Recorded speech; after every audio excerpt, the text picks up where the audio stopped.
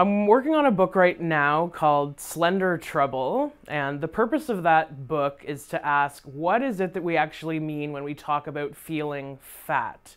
And if you're at home watching this video and you're looking at me, you might be saying, what it means to feel fat is to feel like you. And what I want to point out in this book is that actually it's quite a common feeling, and a common feeling that so many of us take pains to perform publicly with our friends, online, on social media, in our literature even. It's something that is more ubiquitous, and I would even wager, although I'm early in my research, I would wager that it's probably more common for smaller folks to talk publicly about feeling fat than it is for anyone who might actually be categorized as fat.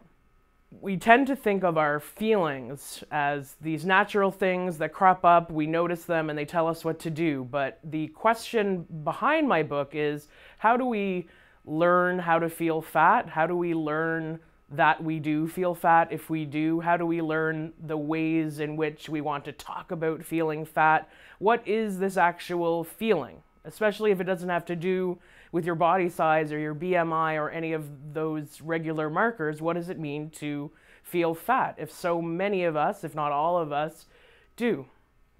I think that the relationship that exists between students and professors is one of the most special types of relationship that can probably exist in the world, because when you enter that classroom, there's just this implicit and I guess explicit announcement of this is a place of learning.